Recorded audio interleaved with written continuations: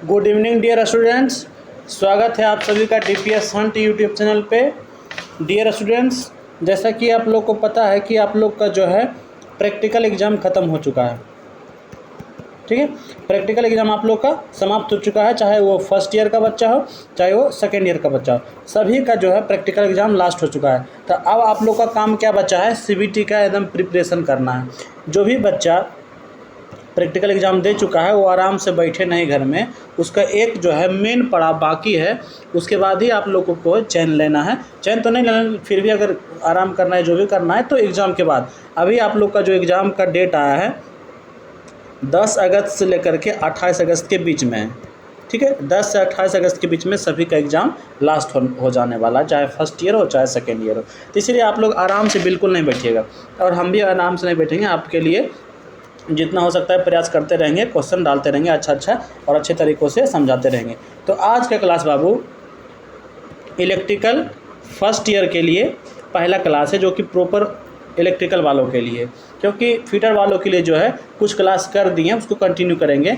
तो इलेक्ट्रिकल वाला का डिमांड था कि सर मेरे लिए भी सेपरेट वीडियो लाइए, तो उसके लिए आज हम प्रयास किए हैं क्लास लाने के लिए। तो अगर वीडियो अच्छा लगेगा तो आप लोग ज़रूर शेयर करिएगा और सपोर्ट करिएगा। ठीक है, तो चलो आज का क्लास हम पहला क्वेश्चन से स्टार्ट करते हैं। लेकिन जो भी फिटर का बच्चा है वो अभी देख सकता है, क्योंकि जो होता है ना वो देखो फर्स्ट सेमेस्टर आपका कॉमन होता है, तो आप लोग देखिएगा तो ऐसा नहीं लगेगा कि ये मेरे सिलेबस में नहीं है। आपके सिलेबस में भी है, इलेक्ट्रिकल वालों की भी है, डीजल मैकेनिक वाले के सिलेबस में भी है, तो ऐसा कुछ नहीं। लेकिन अगर जब आप निम्न का पीडीएफ खोलिएगा तो सारा क्वेश्चन एज इट इज़ आपका इलेक्ट्रिकल वाले पीडीएफ से मिलेगा। ठीक है, इसीलिए हम कह सकते हैं कि यह इलेक्ट्रिकल वाला के लिए ज़्यादा इंपॉर्टेंट है या यूजफुल है। तो चलो आपके लिए पहला क्लास हम का पहला क्वेश्चन स्टार्ट करते हैं। देखो पहला क्वेश्चन आपका क्या कह रहा है, what is the name of safety sign. तो सेफ्टी साइन आप लोग को हम पढ़ाए हैं क्लासरूम में भी या यूट्यूब पे भी, जब फिटर का क्लास ले रहे थे या इम्प्लॉयटी स्किल का जब कॉमन क्लास था जो सभी को पढ़ना है, तो उसमें सेफ्टी साइन हम बताए थे कि कितना प्रकार के होता है, 3 प्रकार का। इसमें पहला साइन था सेल्फ सेफ्टी, है ना, दूसरा था मशीन सेफ्टी, है ना, और ये बताए थे एक होता है जनरल सेफ्टी। ठीक है, ये 3 प्रकार का सेफ्टी होता है। तो इसमें बताया जाता है आप लोगों को कि कैसे अपना सुरक्षा करना है, कैसे मशीनों का सुरक्षा करना है, कैसे साफ़ सफाई रखना है, या क्या क्या हमको सुरक्षा में सावधानियां बरतना चाहिए। तो इन सभी चीज़ों में ना कुछ हमको सिंबल पढ़ा जाता है। ठीक है, तो सिंबल से हम लोग पहचानते हैं कि सेल्फ सेफ्टी कैसे करना है, कोई भी इन्फॉर्मेशन हमको कैसे कहाँ से किस सिंबल से क्या प्राप्त करना है, ये सिंबल क्या दर्शा रहा है, तो ये सब हम एक सिंबल के माध्यम से पढ़ते हैं या इंडस्ट्री में जाते हैं तो पढ़ाया जाता है। तो सभी सेफ्टी को 4 विभाग में बांट दिया गया है। तो 4 विभाग क्या है? पहला जो होता है सेफ्टी साइन, उसको हम कहते हैं निषेधात्मक चिन्ह, जिसको इंग्लिश में कहेंगे प्रोहिबिशन साइन। ठीक है, प्रोहिबिशन साइन। दूसरा होता है आपका वार्निंग साइन। तीसरा आपका आएगा मैंडेटरी साइन। ठीक है, चौथा आपका आएगा इंफॉर्मेटिव साइन। ठीक है, ये 4 प्रकार का आपको साइन होता है, जिसके अंतर्गत आपको बताया जाता है कि किस चीज़ों को करना है, किस चीज़ों को नहीं करना है, किस चीज़ों से हमको क्या पता चलता है। तो प्रोहिबिशन साइन होता है ना, जिसका हिंदी होता है निषेधात्मक चिन्ह।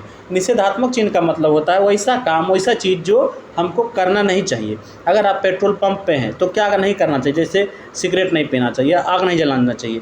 तो जो निषेधात्मक चिन्ह है, या यहाँ पे पानी से आग नहीं बुझाना चाहिए, यहाँ पे नहीं जाना चाहिए, यहाँ पे पैदल नहीं चलना चाहिए, यहाँ पे इस पुल को क्रॉस नहीं करना चाहिए, तो इन सभी चीज़ों को हम प्रोहिबिशन साइन या तो निषेधात्मक चिन्ह के अंतर्गत रखते हैं। दूसरा आपका आता है वार्निंग साइन। तो वार्निंग साइन में हम ये बताते हैं कि कहीं भी खतरा है तो कैसे पता चलेगा। अगर एक सिंबल है तो इसमें हम बता देंगे, सिंबल में दर्शा देंगे कि यहाँ पे क्या है, एटॉमिक वर्क हो रहा है, यहाँ पे कोई एक्सप्लोसिव रखा हुआ है, यहाँ पे कोई केमिकल रखा हुआ, यहाँ पे कोई गैस निकल रहा है। तो इन सब चीज़ों का जो है जानकारी हमको वार्निंग साइन से मिलता है, ताकि यहाँ खतरा पता चल सके, किसी को वार्न कर सके, इसलिए हम वार्निंग साइन कहते हैं। तीसरा आपका आता है मैंडेटरी साइन। मैंडेटरी साइन होता है ना, कोई वर्कशॉप में अगर काम करिएगा तो वहाँ पे सुरक्षा का बहुत ज़्यादा ध्यान रखना पड़ता है। कि किन किन चीज़ों को हमको पहनना होता है। अगर लेथ मशीन पे काम करें तो हमको एप्रोन चाहिए, हेलमेट चाहिए, ग्लासेस चाहिए, इन सभी चीज़ों के लिए हमको मैंडेटरी साइन पढ़ना होता है। नेक्स्ट हमारा था इन्फॉर्मेटिव साइन। इन्फॉर्मेटिव साइन जिसको हिंदी में सूचनात्मक चिन्ह कहते हैं।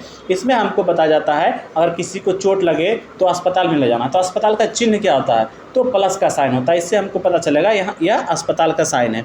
यहाँ पे फ़ोन करने का जगह है, यहाँ पे आपका कुछ रखा हुआ, तो ये इन्फॉर्मेशन देने का काम आपको इन्फॉर्मेटिव साइन करता है। तो ये जो सिंबल है, प्लस का जो सिंबल दर्शाता है वह अस्पताल को दर्शाता है, वह हॉस्पिटल को दर्शाता है। तो इस चिन्ह को किसके अंतर्गत रखेंगे, इन्फॉर्मेटिव साइन के अंतर्गत। क्यों, क्योंकि यह हमको साइन बता रहा है कि यहाँ पे अस्पताल है, प्लस। अच्छा, इससे और क्वेश्चन आपका हो सकता है कि बोलेगा कि इसका शेप कैसा है। जो हमारा इन्फॉर्मेटिव साइन का शेप होता है, चिन्ह होता है, किस चीज़ दर्शा जाता है, ये वर्गाकार शेप है, ठीक है। उसी प्रकार आपका प्रोहिबिशन साइन का पूछेगा तो गोलाकार होता है। इसका जो होता है ना प्रोहिबिशन निषेधात्मक चिन्ह गोलाकार, और इसमें बीच में क्रॉस दिया हुआ रहता है, इस तरह का चिन्ह है, तो ये प्रोहिबिशन साइन के अंतर्गत रखते हैं। वार्निंग साइन के अंतर्गत हम त्रिभुज को लेते हैं। इस प्रकार के वार्निंग साइन को दर्शाना हो तो त्रिभुज पहले बनाते हैं, उसके अंतर्गत वार्निंग बताते हैं। उसी प्रकार मैंडेटरी को हम क्या करते हैं, गोल बनाते हैं, सर्कल बनाते हैं, उसके अंतर्गत कोई चिन्ह डाल देते हैं, ठीक है। तो इस प्रकार से इसका सिंबल पूछे, उसका शेप पूछे, और इसका कलर भी होता है। तो कलर जब जैसे जैसे आगे क्वेश्चन डिस्कस करेंगे, एक क्वेश्चन में ज़्यादा बताएंगे तो आप लोग को दिक्कत होगा, समय भी ज़्यादा लगेगा, बोलेगा सर ज़्यादा समय ले रहे, ठीक है। तो कुल मिलाकर के इसका राइट आंसर आपका क्या होगा, informative sign is the correct answer. बाकी वार्निंग साइन क्या होता है, मैंडेटरी क्या होता है, प्रोहिबिशन क्या होता है, इसके बारे में भी आप लोग को जरूर कुछ सूचना मिला होगा। तो हम क्या करते हैं, नेक्स्ट क्वेश्चन पर चलते हैं।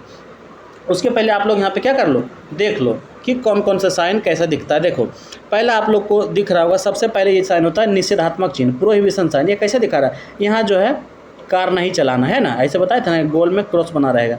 यहाँ पे आपका आग नहीं जलाना है, यहाँ पे आपको सिगरेट नहीं पीना है ना, यहाँ पे ये आपका ये लिफ्टर का प्रयोग नहीं करना है, यहाँ पे कैमरा का प्रयोग नहीं करना है ना। तो इस तरह से यहाँ पे सीढ़ियों का यूज नहीं करना है, यहाँ कोल नहीं करना है, तो यहाँ पे पानी नहीं बर्बाद करना है, ठीक है। तो इन सभी चीज़ों को हम दर्शाते हैं प्रोहिबिशन साइन, यानी निषेधात्मक चिन्ह, इसको नहीं करना है, इन चीज़ों को दर्शाते हैं। तो इस प्रकार के सिंबल होता है, बहुत बहुत प्रकार के। दूसरा आपको साइन वार्निंग का दिख रहा होगा। वार्निंग साइन देखो ना, ये आपका कलर है ना, इसका बैकग्राउंड कलर क्या है, येलो है, और ये शेप कैसा है, त्रिभुजाकार शेप है ना। तो ये सभी ध्यान देना, कलर का भी ध्यान देना। कलर भी आगे पूछे कि येलो जो होता है साइन किस में रहता है, तो वार्निंग साइन के अंतर्गत जो चिन्ह रहता है वो कलर जो रहता है येलो टाइप का रहता है। उसी तरह से आपको ये सब जो टोटल ये चिन्ह है, ये क्या चीज़ का है, ये मैंडेटरी साइन है। जैसे आपको जहाँ पे ज़रूरत है तो वहाँ पे आपको ये ईयरबड्स लगाना है, आपको हेलमेट पहन के जाना है, आपको गॉगल्स पहनना है, आपको शूज़ पहनना है, आपको ये एप्रोन वगैरह पहनना है, आपको जो है ये सब पहनना है, हैंड ग्लव्स वगैरह पहनना है। तो इन सभी चीज़ों को हम यहाँ पे जानकारी देते हैं कि ये करना आवश्यक है, जहाँ पे जा रहे हैं तो ये आपको पहनना आवश्यक है। और बाकी ये क्या है, देखो ये आपका दिखा रहा है इन्फॉर्मेटिव साइन का, इसी का क्वेश्चन था ना। इसमें आप लोग को देखो इसका शेप जो है वर्गाकार है, और ये प्लस चिन्ह दिखा रहा है, ये अस्पताल को दिखा रहा है, ये दिखा रहा है इधर हमको जाना है ना। यहाँ पे एक्सप्लोसिव मटेरियल रखा हुआ है, यहाँ पे फायर एक्सटिंग्विशर है, यहाँ पे दौड़ के नहीं चलना है, यहाँ पे टेलीफोन एक चीज़ है जहाँ पे हम जाके बात कर सकते हैं। तो इन तरह की चीज़ों को इन्फॉर्मेशन दे रहा है। तो इससे आप लोग ये देख लो, इसका कलर भी देख लो, इसका शेप भी देख लो, तो आगे चल के आप जब देखिएगा क्वेश्चन तो ज़रूर आपसे बन जाएगा, ठीक है। देखो अब इसका राइट आंसर तो डी हो गया। नेक्स्ट क्वेश्चन पे होते हैं। नेक्स्ट क्वेश्चन आपका क्या कह रहा है बाबू, what is the smoothening in fire extinguisher.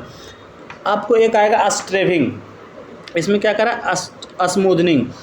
Fire extinguisher में ना दो टर्म मिलेगा, एक स्मूथनिंग, एक आएगा स्ट्रेविंग, ठीक है। तो जब भी स्मूथनिंग का बात होगा तो स्मूथनिंग का मतलब होता है कि किसी जहाँ पे आग लगा हुआ है ना, आग से हमको ऑक्सीजन को अलग करना। स्मूथनिंग का मतलब होता है स्मूथनिंग कि वहाँ से जो आग जो लग रहा है वहाँ से अगर ऑक्सीजन को अलग कर देंगे तो इस प्रक्रिया को हम कहते हैं स्मूथनिंग।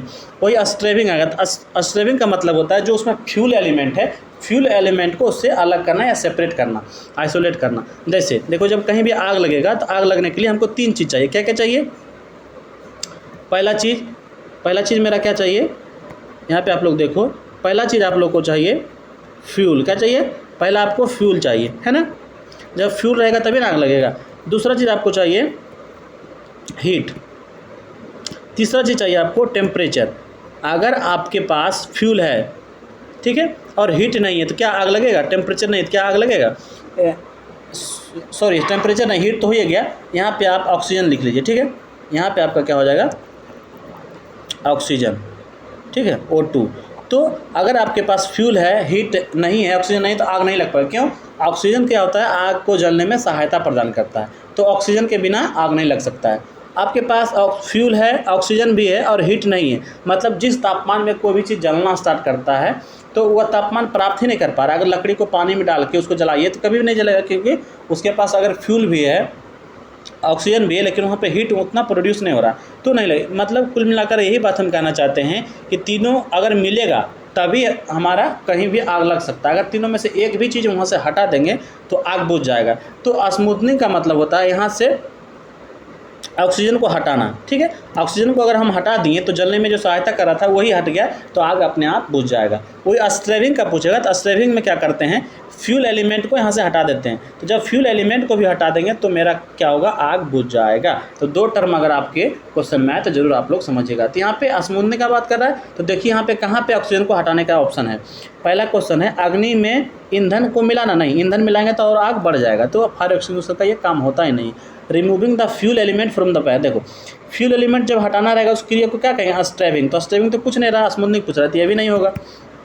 तीसरा आपका using of water to lower the temperature, temperature का कोई बात की है, बिल्कुल नहीं की थी, अभी आपका गलत आंसर है। तो आपका डी आपका करेक्ट आंसर अपने आप हो जाएगा। क्यों, क्योंकि यहाँ देखो ना, isolating the fire from supply of oxygen, oxygen के सप्लाई से इसको आइसोलेट कर देंगे, बंद कर देंगे, ठीक है। तो इस तरह से आपका करेक्ट आंसर क्या हो गया, D is the right answer हो गया, ठीक है। इससे ज़्यादा अच्छा से एक्सप्लेन हम या कोई टीचर नहीं कर सकता। अगर आप इससे भी नहीं सीख पाते तो ये आपकी कमजोरी है बाबू। नेक्स्ट क्वेश्चन आपका है which is the physical hazards.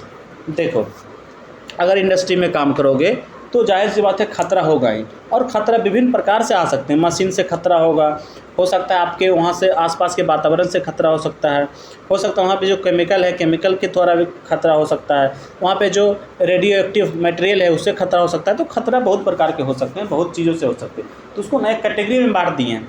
तो जैसे अगर वहाँ के वातावरण से कोई खतरा हो, है ना, वातावरण यानी इन्वायरमेंट से कोई खतरा हो या तो उसे हम कहेंगे एर्गोनॉमिकल हजार्ड्स, ठीक है, एर्गोनॉमिकल हजार्ड्स। अगर आपका कोई वहाँ कंपन हो रहा है, ठीक है, कंपन वगैरह हो रहा है या तो कुछ ज़्यादा शोर हो रहा है, तो वह क्या कहेंगे, वातावरण से हो रहा है, तो इसे हम कहेंगे एर्गोनॉमिकल हजार्ड्स। और कोई वहाँ धुआं है, कोई केमिकल है, उसके कारण मेरे नाक में जा रहा है, स्मेल जा रहा है या पूरा गंध जा रहा है, जैसे कहाँ पे प्लास्टिक पॉलीमर का काम होता है तो पूरा स्मेल, पूरा गैस निकलेगा, तो उस चीज़ों को मतलब क्या कह सकते हैं, केमिकल हजार्ड्स है।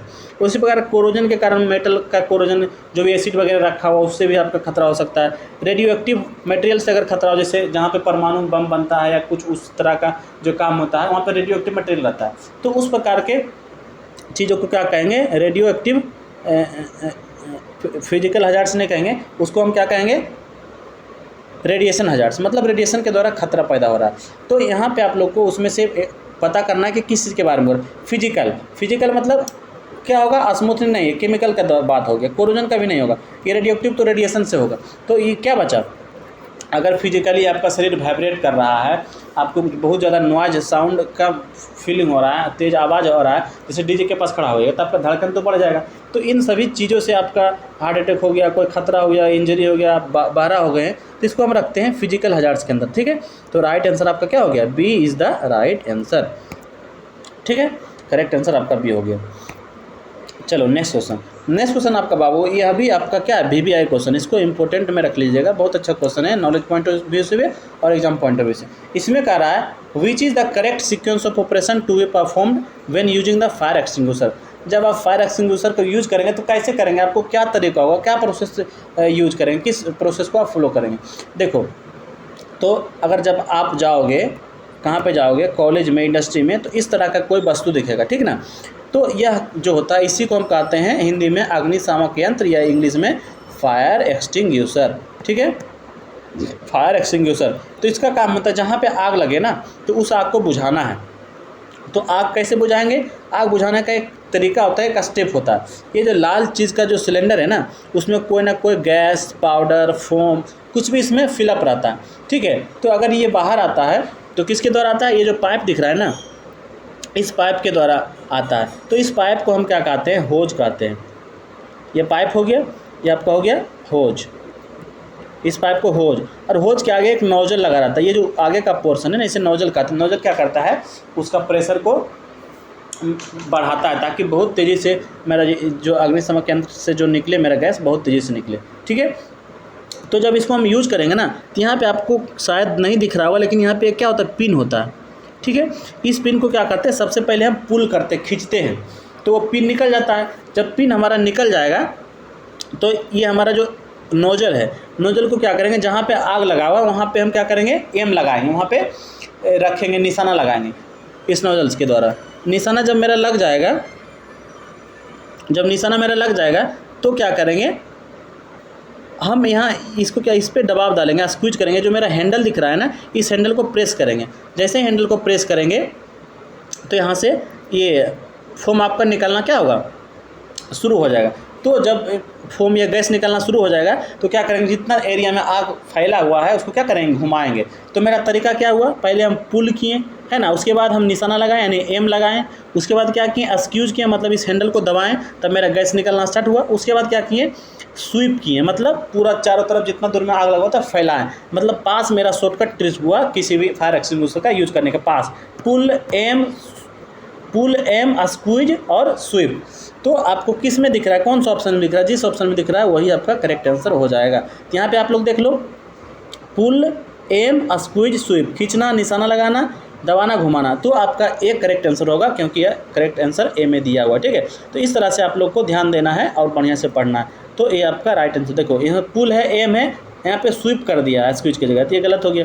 और आगे भी पुश अरेंज कर दिया, अरेंज वगैरह तो होगा नहीं, तो ये आपका करेक्ट आंसर होगा। तो इस तरह से आप लोग क्लास पढ़िएगा तो ज़रूर आपको अच्छा लगेगा और समझ में भी आएगा, ठीक है। चलो तो हम क्या करते हैं? नेक्स्ट क्वेश्चन की ओर चलते हैं। नेक्स्ट क्वेश्चन आपका बाबू होगा, which step of 5S concept refer standardisation. अब देखो 5S क्या है? 5S के बारे में जानो।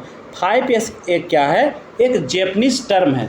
जापानीज़ लोगों ने, जापान के लोगों ने जब इंडस्ट्री का निर्माण किया था, जब वहाँ इंडस्ट्री बना रहा था ना, तो अपने वर्करों के लिए, अपने कामों को आसान करने के लिए एक स्टेप को फॉलो किया। किस स्टेप को फॉलो करके हम अपने काम को आसान से और अच्छे तरीक़ों से कर सकते हैं। तो इसको अगर सभी वर्कर को के द्वारा फॉलो किया जाता है तो अच्छा से काम हो जाता है। तो जब देखा ये सफल रहा तो पूरा दुनिया में इसको फॉलो किया जा रहा है, इस टर्म को फॉलो किया जा रहा है। इसलिए हमको आजकल पढ़ना है, क्योंकि इंडिया में भी लगभग इंडस्ट्री में इसको फॉलो किया जाता है। बोलेगा इसका इन्वेंशन किसने किया? तो जापान ने। और जापान में का किस कंपनी था? टोयोटा। टोयोटा का नाम कौन ने सुना है? टोयोटा ग्रुप जो है, जो कि ये ऑटोमोबाइल का पार्ट, ऑटोमोबाइल का जो सेक्टर का कंपनी है, जो गाड़ी 4 व्हीलर वगैरह बनाती है, टोयोटा ग्रुप के द्वारा ही इसका निर्माण हुआ है। तो ये क्या होता है ना, 5S जैपनीज टर्म है। इसमें 5 स्टेप, या कहें तो 5S में 5 S है, S 1 2 3 4 5 S में 5 स्टेप को बनाएगा। Step 1, step 2, step 3, step 4, step 5। तो इसमें हम आपको दिखाते हैं कि कौन कौन सा स्टेप यहाँ पे दिया गया है। पहला S का मतलब होता है सेरी, देखो है ना 1 सेरी। दूसरा S का मतलब होता है सेशन। तीसरा का होता है सेसो। चौथा का मतलब होता है सिकेट्सु। पाँचवा का मतलब है शिट्सुको। इसका ये जैपनीज टर्म है, इसलिए आपको समझ में नहीं आ रहा होगा, लेकिन जब हम एक एक करके समझाएंगे तब आपको समझ में आएगा। देखो पहला S का मतलब होता है सेरी, मतलब होता है शॉर्ट करना। जिस काम को हम कर रहे हैं तो बहुत सारा चीज़ों को रखा हुआ, इंडस्ट्री में बहुत सारा चीज़ रखा होता है, उसमें से सेपरेट करेंगे। जो हमारा काम का चीज़ है उसको हम क्या करेंगे? शॉर्ट करेंगे, छाटेंगे। देखो पहला S का मतलब होता है शॉर्ट, है ना। शॉर्ट का मतलब हुआ separate needed item from unneeded item. जो भी अनावश्यक चीज़ है उससे आवश्यक चीज़ को निकालना, सेपरेट करना। दूसरा चीज़ होता है सेशन। सेशन का मतलब बाबू होता है जो चीज़ हम लिए, जो भी सेपरेट किए, उसको एक ऑर्डर में सेट किए ताकि हमको पता चले यहाँ पे हथौड़ा है, यहाँ पे स्क्रू है, यहाँ पे मेरा मल्टीमीटर है, यहाँ पे यह है, यहाँ पे वह, एक सीक्वेंस बना दिए, एक ऑर्डर बना दिए, ठीक है। तो दूसरा इसका मतलब होता है set in order, keep needed item in the correct place to allow easy and fast retrieval. अगर उसको हमको पता करना है, फाइंड करना है, तो एक सीक्वेंस में रखना चाहिए, एक अच्छी जगह पे रखना चाहिए। तीसरा का मतलब होता है सेसो। सेसो का मतलब होता है अपने वातावरण को, अपने आसपास के मशीनों के, अपने आसपास के फ्लोर को साफ करना है, चमका के रखना है, क्लीन रखना है, शाइन करना है, चमकाना है। Keep the work place swept and clean, अच्छा रखना चाहिए, साफ सुथरा एंड क्लीन रखना चाहिए। सेसो का मतलब क्या हुआ, क्लीन करना, शाइन बना के रखना। चौथा इसका मतलब होता है शित्सुके। शित्सुके का मतलब होता है जो चीज़ आप कर रहे हैं ना, जो अरेंज किए हैं, जो शॉर्ट किए हैं, उसको स्टैंडर्डाइज करो, एक स्टैंडर्ड का निर्माण करो। इस स्टैंडर्ड को क्या करना है, बना के रखना है। तो ये आपका स्टैंडर्ड हो गया, standardise. Create a consistent approach with which tasks and procedure are done. एक क्या करो, एक स्टेप को जो आप बनाए हो उसको क्या करो, उसका कंसिस्टेंसी को बना के रखो। और लास्ट वाला जो मेरा स्टेप होता है, पाँचवा स्टेप शित्सुके, उसका मतलब आपका होता है बाबू, क्या होता है आप लोग देख लो, इसका मतलब होता है सस्टेन। तो बीच में रखा हुआ सस्टेन। सस्टेन का मतलब होता है, क्या होता है सस्टेन का मतलब, यहाँ पे आप लोग देखो, इसका मतलब होता है habit to maintain established process. जो आप प्रोसेस को फॉलो कर रहे हैं ना, जो हैबिट को आप फॉलो कर रहे हैं उसको बरकरार रखना, वो कभी भी मिस नहीं होना चाहिए, उसको मेंटेन रखना है। तो इस तरह से आपको पांचों स्टेप के बारे में पता चल गया होगा। तो इसमें आपको स्टैंडर्डाइजेशन किस स्टेप में आया, स्टैंडर्डाइजेशन आपका आया चौथा स्टेप में, है ना। देखो ना, चौथा स्टेप सेरिसेशन, ये तो साइन हो गया, उसके बाद शित्सुके, उसके बाद ये स्टैंडर्डाइजेशन, मतलब ये हो गया सस्टेन करना, बरकरार रखना। तो एक स्टैंडर्ड का निर्माण करना चौथा स्टेप में आया, तो चौथा step is the right answer, मतलब डी आपका करेक्ट आंसर हो जाएगा। लेकिन अगर फर्स्ट में बोलता तो भी बता देते। इस क्वेश्चन को समझने के बाद सेकंड थर्ड, मतलब 5 पेज से रिलेटेड अगर कोई भी क्वेश्चन आए, ऐसे कोई भी पूछे, तो आराम से आप लोग जरूर बता पाइएगा, ठीक है। डी आपका करेक्ट आंसर हो गया। तो चलो नेक्स्ट क्वेश्चन को चलते हैं। नेक्स्ट क्वेश्चन आपका बाबू है, which plier is used for making wire hooks and loops. किस प्लायर का यूज करते हैं आप वायर को हुक बनाने में, लूप बनाने में। देखो प्लायर किसे कहते हैं, प्लायर एक क्या है, एक यंत्र है या एक इक्विपमेंट है जिसके द्वारा अगर हमको वायर को काटना है, छीलना है, मोड़ना है, जॉइंट बनाना है, तो इन सभी चीज़ों के लिए प्लायर का यूज़ करते हैं।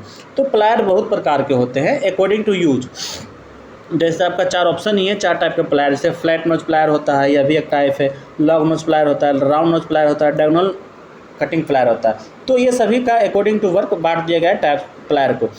तो हम किसी भी वायर का जब हुक बनाएंगे, लूप बनाएंगे, गोल जैसे लूप होता है ना इस तरह का, तो वायर का एक राउंड शेप का बनाएंगे। तो उसके लिए हम क्या करेंगे, जो मेरा प्लायर का नोज होगा, आगे का पोर्शन को हम नोज कहते हैं। तो प्लायर का जो नोज होगा ना, यह नोज हमारा कैसा होगा, गोलाकार होगा। तब ना इसमें वायर को रख के गोल चीज़, जैसे अंगूठी बनाता है तो अंगूठी वाला कैसे उसका जो ये होता है वो गोल रहता है, तब इसमें हथौड़ा मार मार के गोल बनाता है। तो यहाँ पे जो राउंड नोज होगा उसका गोल होगा, तो यहाँ पे आपका round knows plier correct answer होगा। कैसा दिखता है आप लोग को दिखा देते हैं। देखो ये आपका राउंड नोज प्लायर है, ये तो आपका हैंडल है, इसको हम हाथ से पकड़ने का काम करते हैं।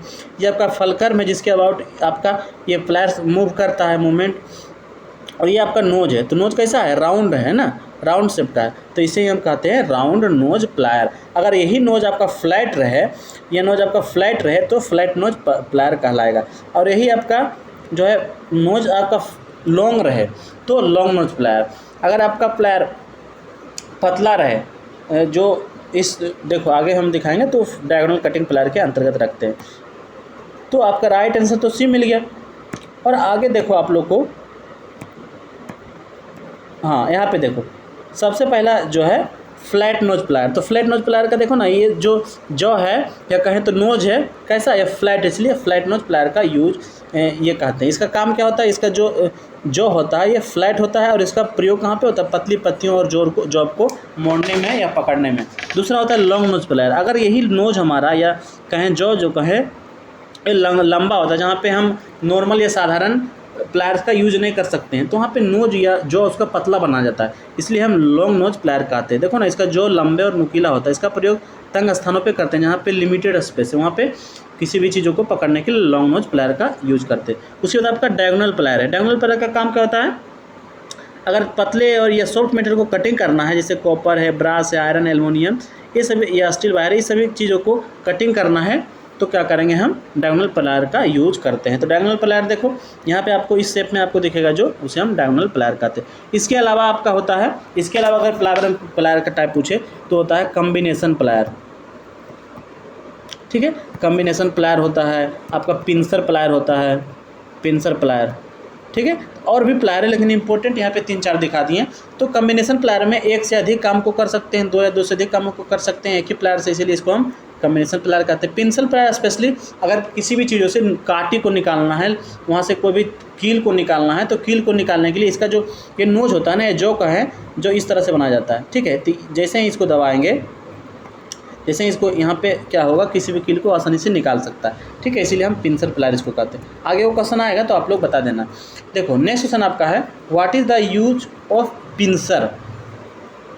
पिंसर है ना, देखो ना पिंसर, अभी प्लायर नहीं दिया, पिंसर से दिया।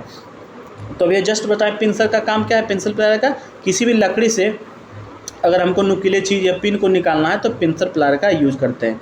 तो फ्लेक्सिबल तार को ट्विस्ट करने के लिए बिल्कुल नहीं, स्मॉल डायमीटर वाला वायर को कट करने के लिए बिल्कुल नहीं। हाँ देखो सी नंबर में दिया, लकड़ी में से पिन तथा किलो को निकालने के लिए हम पिंसर प्लायर का यूज करते हैं। तो आपका सी आपका करेक्ट आंसर हो जाएगा। देखो कैसा दिखता है, आप लोग यहाँ पे देख लो पिंसल प्लायर को किस तरह से दिख रहा है। इसका है ना नोज इस तरह से बना हुआ, जिसमें यहाँ से कांटे का ऊपर का भाग जो रहता है फंस जाता है और आसानी से निकाल लेते हैं, ठीक है। तो ये आपका पता चल गया, तो राइट आंसर सी हो गया। नेक्स्ट क्वेश्चन आपका है, what is the name of road safety sign. देखो जहाँ भी अगर रोड पे आप लोग गाड़ी चला रहे हो, कुछ भी कर रहे हो, 4 व्हीलर या 2 व्हीलर द्वारा ड्राइविंग कर रहे हो, तब बहुत प्रकार के साइन देखोगे। तो उसमें से जैसे सिग्नल के पास क्या होता है, नो सिग्नल, ग्रीन सिग्नल है ना, येलो सिग्नल, रेड सिग्नल। तो ये सभी चीज़ों को दिखाने के लिए या तो इधर मुड़ो, इधर जाओ, धीरे चलो, चीज़ों को दिखाने के लिए एक बोर्ड लगा रहता है, बोर्ड में कुछ साइन दिया रहता है। तो उसके बारे में भी समझना जरूरी होता है, जिसे हम रोड सेफ्टी कहते हैं, रोड सेफ्टी साइन है ना, रोड सेफ्टी के अंतर्गत रखते हैं, ठीक है। तो उसमें ये जब सिंबल दिखा रहेगा तो इसके अंतर्गत स्टॉप लिखा रहता है, ठीक है। अगर नहीं भी लिखा रहे तो इस सिंबल का मतलब समझ जाना है हमको, क्या रुक जाना है, स्टॉप, रुको। जैसे सिग्नल पे जाओगे तो कैसे लिखा रहता है बीच में स्टॉप, स्टॉप का मतलब है रुकना है, इसका मतलब कुछ जानकारी दे रहा है हमको, इन्फॉर्मेशन दे रहा है। ऐसे एक कोई सिंबल रहेगा, इसमें लिखा रहेगा गिव अ वे, मतलब रास्ता दो। तो ये क्या कर रहा है, जानकारी दे रहा है। इसके अलावा भी जैसे यहाँ पे चलने का, जब पैदल चलने का रास्ता है, यहाँ पे स्कूल है, सब जानकारी को दे रहा है। इसीलिए हम इसको क्या कहेंगे, ये क्या है, मैंडेटरी साइन है। हाँ मैंडेटरी साइन है, क्यों, क्योंकि यह रुकने के लिए बोल रहा है। तो जब नहीं रुकिएगा तो मामला गड़बड़ हो जाएगा। जैसे आप कोई भी सिग्नल को क्रॉस कर दीजिएगा तो वहाँ पे तुरंत आपको क्या, वहाँ पे जो रहेगा पुलिस वो क्या कर देगा, चालान कर देगा। स्टॉप का मतलब रुको, रुको मतलब यह आवश्यक चीज़ है, मैंडेटरी साइन है। इसको किस में रखेगा, मैंडेटरी साइन ए में, तो ये आपका करेक्ट आंसर हो जाएगा। इसके अलावा जो बताएं रास्ता दें, ये सब इन्फॉर्मेटिव साइन है। रास्ता दें या स्कूल है, ये सब इन्फॉर्मेटिव साइन के अंतर्गत रख सकते हैं। लेकिन ये वाला जो है स्पेशली हम किसके अंतर्गत रखेंगे, मैंडेटरी साइन के अंतर्गत। तो ये आपका करेक्ट आंसर होगा। और इसका मतलब क्या होता है, इसका मतलब आपको बता दिया, इसका मतलब होता है स्टॉप, ठीक है, रुकना है इसका मतलब, ठीक है। तो चलते हैं नेक्स्ट क्वेश्चन पे। नेक्स्ट क्वेश्चन आपका है, what is the background colour of warning sign in the basic category. जब हम पहला क्वेश्चन पढ़ाएं तो उसमें क्या बताएं, सेफ्टी साइन को हम कितने भागों में बांटे हैं, 4 भागों में। पहला प्रोहिबिशन साइन, निषेधात्मक चिन्ह, दूसरा वार्निंग साइन, तीसरा मैंडेटरी साइन, चौथा हम बोले थे इन्फॉर्मेटिव साइन। तो वार्निंग साइन का कैसा था शेप, हम बताएं कि ये त्रिभुजाकार शेप होता है वार्निंग साइन का, और इसके कलर भी वहाँ पे दिया हुआ था येलो, है ना। तो यहाँ पे इसका कलर पूछ दिया, तो कलर इसका क्या होगा, येलो। इसके अलावा अगर ब्लू पूछे तो ब्लू आप देखे थे किसका साइन था, मैंडेटरी का। जूता हेलमेट वगैरह बना हुआ था, इसका जो ऐसे था वो कलर था ब्लू शेप का कलर था, और शेप इसका सर्कुलर था, वृत्ताकार था। और वाइट पूछे तो वाइट किसका रहता है, बैकग्राउंड कलर वाइट रहता है आपका, वाइट किसी का नहीं रहता है। ग्रीन जो होता है, ग्रीन कलर आपका होगा इन्फॉर्मेटिव साइन का, ठीक है। इन्फॉर्मेटिव साइन का जो कलर होता है ये ग्रीन होता है। उसके अलावा आपका कौन सा बचा, वार्निंग हो गया, मैंडेटरी हो गया, इन्फॉर्मेटिव हो गया, प्रोहिबिशन साइन। प्रोहिबिशन साइन कैसा था, ऐसा गोल था, क्रॉसदार था। इसका जो बॉर्डर होता है ये कैसा होता है, रेड होता है। तो इससे भी कोई क्वेश्चन पूछे तो आप लोग को जरूर बता देना है कलर से भी। तो इसका राइट आंसर क्या होगा, ये पूछ रहा है वार्निंग का, तो वार्निंग का yellow is the right answer, ठीक है। चलो नेक्स्ट क्वेश्चन। नेक्स्ट क्वेश्चन है बाबू, which type of fire extinguisher is use for fire on the electric equipment. देखो इलेक्ट्रिक इक्विपमेंट में अगर आग लगता है तो किस फायर एक्सटिंग्विशर का यूज़ करते हैं, इसके बारे में पूछ रहा है। तो पहले फायर एक्सटिंग्विशर क्या होता है, एक अग्निशामक यंत्र है जिसको हम आग बुझाने में यूज़ करते हैं। तो आग जो होता है ना, आग 4 प्रकार के श्रेणी में रखा गया आग को। जैसे अगर कोई सॉलिड मटेरियल में आग लगता है, तो उसे हम एक क्लास ए प्रकार का फायर रखते हैं। अगर कोई लिक्विड मटेरियल में, लिक्विड फ्यूल वगैरह में आग लगा तो उसे हम क्लास बी के अंतर्गत रखते हैं।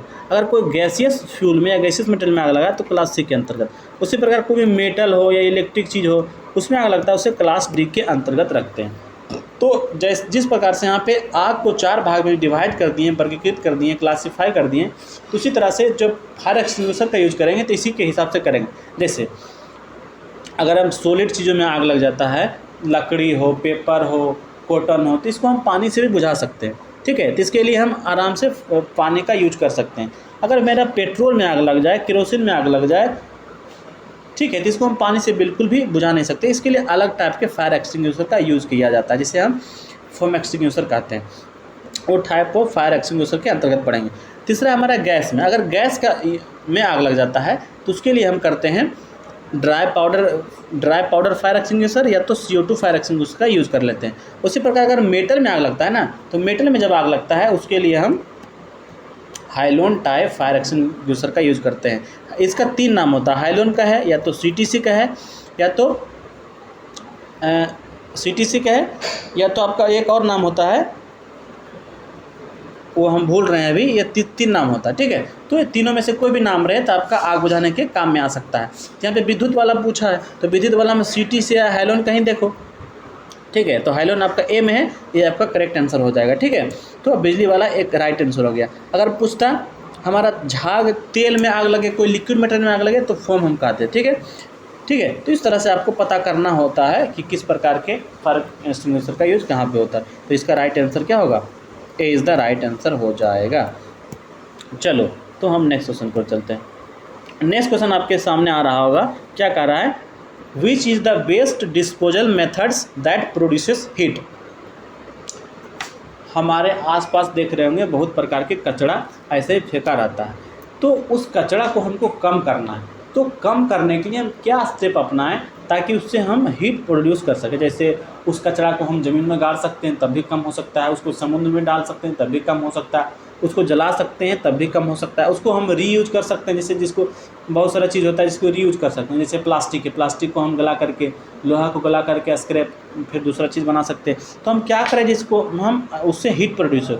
तो पहला हमारा ऑप्शन है, पहला ऑप्शन आपका दिख रहा है रिसाइकलिंग। तो पुनः चक्रण करेंगे तो क्या हीट प्रोड्यूस होगा? बिल्कुल नहीं। पुनः चक्रण तो मशीन के अंदर देंगे, फिर दोबारा को भी शेप बना लेंगे, तो रिसाइकलिंग हो जाएगा। जैसे बोतल बहुत सारा है जो हम यूज़ कर लें, फिर उसको हम बोतल के रूप में बना सकते हैं गला के, इसमें हीट प्रोड्यूस बिल्कुल नहीं होगा। कंपोस्टिंग, अगर खाद बनाएंगे तो क्या होगा? वो गल के उसमें फास्फोरस का मात्रा बढ़ जाएगा, नाइट्रोजन का मात्रा बढ़ जाएगा, उसको खेतों में उर्वरता मिट्टी का बढ़ा सकते हैं। तो ये कंपोस्टिंग के अंतर्गत आएगा, ये भी नहीं होगा। हाँ देखो, ये भस्मीकरण है। भस्मीकरण में मतलब उसको जलाना, अगर किसी भी चीज़ों को जलाएंगे जाहिर सी बात है उससे गर्मी पैदा होगा। तो आपका राइट आंसर क्या होगा? भस्मीकरण is the right answer.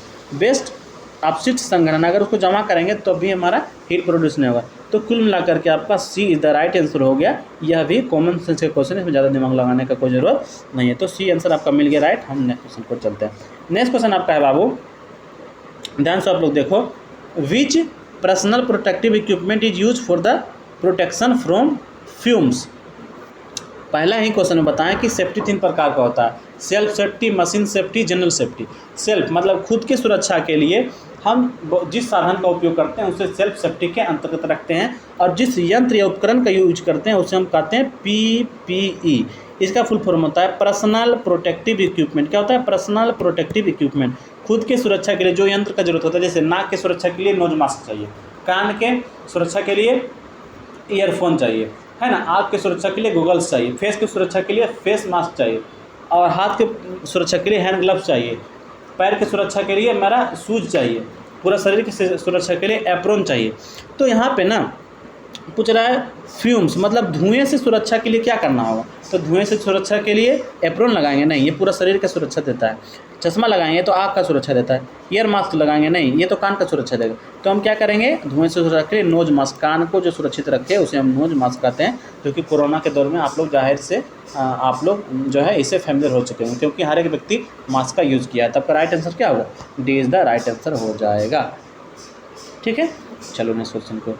Next question आपका है बाबू, what is the full form of BIS? BIS का फुल फॉर्म होता है ब्यूरो ऑफ इंडियन स्टैंडर्ड। तो कहाँ पे है देख लो आप, BUREAU, bureau of Indian standard, INDI, ठीक है, ब्यूरो ऑफ इंडियन स्टैंडर्ड। तो यहाँ पे देखो बोर्ड ऑफ इंडियन स्टैंडर्ड, बिल्कुल नहीं, bureau of Indian standard B है, तो बी आपका करेक्ट आंसर होगा। आप पूछेगा सर ये है क्या? देखो ये एक संस्था है, इसका काम है किसी भी चीज़ों का, किसी भी प्रोडक्ट का क्वालिटी को मेंटेन रखना। जैसे कोई भी कंपनी यहाँ पे है, कोई एक कंपनी है जो फ़ैन बना रही है, ठीक है, और बी कंपनी भी फ़ैन ही बना रही है, सी कंपनी भी फ़ैन बना रही है, और ख़रीदने वाला मेरा यहाँ पे कौन है? कस्टमर C1, C2, C3, यहाँ पे कोई 3-4 कस्टमर है, ठीक है। तो यह फ़ैन क्या करेगा? कस्टमर को लेना होगा। तो सभी कंपनी जो फ़ैन बनाती है वह बोलेगी मेरा फ़ैन अच्छा है, मेरा फ़ैन अच्छा है, मेरा फ़ैन अच्छा है। तो कस्टमर किसका फ़ैन लेगा? वो कैसे पहचानेगा कि यह फ़ैन बेस्ट क्वालिटी का है, यह फ़ैन में यह क्वालिटी अच्छा है? तो इसको बताने के लिए हम एक थर्ड पार्टी का निर्माण किए, जिसे हम BIS का निर्माण कहते हैं, जिसे हम ब्यूरो ऑफ इंडियन स्टैंडर्ड के नाम से जानते हैं। यह क्या करता है? एक अपना मोहर देता है, एक अपना टैग लगाता है कि यह कंपनी का जो फ़ैन है इस लेवल का है, इसमें ये क्वालिटी है। यह थर्ड पार्टी है जो कि दोनों के बीच में विश्वास को बनाए रखता है, कि कहें तो कायम रखता है, कोई भी फ्रॉड होने से बचाता है। क्योंकि यह पहले क्या करता है, उसके डिफरेंट कंपनी में जाके चेक करता है सभी फ़ैन को, उसकी क्वालिटी को चेक करता है, उसके हिसाब से उसमें ठप्पा लगा देता है कि नहीं इस लेवल का ये फ़ैन है, इसका रेट ये होना चाहिए, ठीक है। ये काम कर रहा है, मीडिएटर का काम कर रहा है, थर्ड पार्टी का काम कर रहा है। उसी प्रकार ये भारत के लिए, उसी प्रकार जो वर्ल्ड वाइड काम करता है संस्था, उससे हम कहते हैं ISO। तो आप लोग पढ़ेंगे ISO सर्टिफाइड, ISO 9001, 9002। तो यह भी क्या है? मीडिएटर है जो कि पूरा दुनिया में वर्क कर रहा है संस्था। इसका फुल फॉर्म अगर पूछे तो इंटरनेशनल स्टैंडर्ड ऑर्गेनाइजेशन। यह भी क्या करता है? क्वालिटी को मेंटेन रखता है पूरा वर्ल्ड में, ठीक है। तो आपका इसका राइट आंसर क्या होगा?